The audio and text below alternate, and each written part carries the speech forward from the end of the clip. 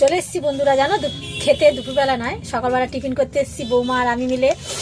ওই ওপরে এখন রান্না বসিয়ে এসেছি, কিন্তু আমি একটু যাবো ডাক্তারখানায়, তাই জন্য বললাম খেয়ে নিই। চলো ওপরে অনেক নিচে পরিষ্কার পরিচ্ছন্ন হচ্ছে। আমরা কি খাচ্ছি দেখবে, চলো দেখাচ্ছি। সেদ্ধ ভাত সব দিয়েছি ভাতের মধ্যে, অনেক কিছু বৌমা মেখে নিয়েছে, সিম আলু, এই দেখো পেঁয়াজ সেদ্ধ, আলু সেদ্ধ, টমেটো সেদ্ধ, আলুটা আলাদা মেখেছে কেন ও মহারানী খায় না।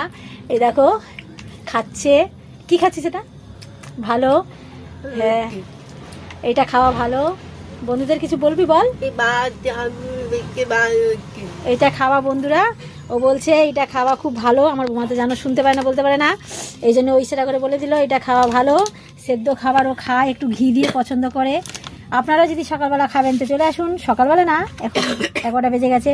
সবাইকে টাটা, সবাই ভালো থাকেন, সুস্থ থাকেন। সেদ্ধ ভাত খাবেন তো সবাই চলে আসুন, এই বলে শেষ করে দিলাম।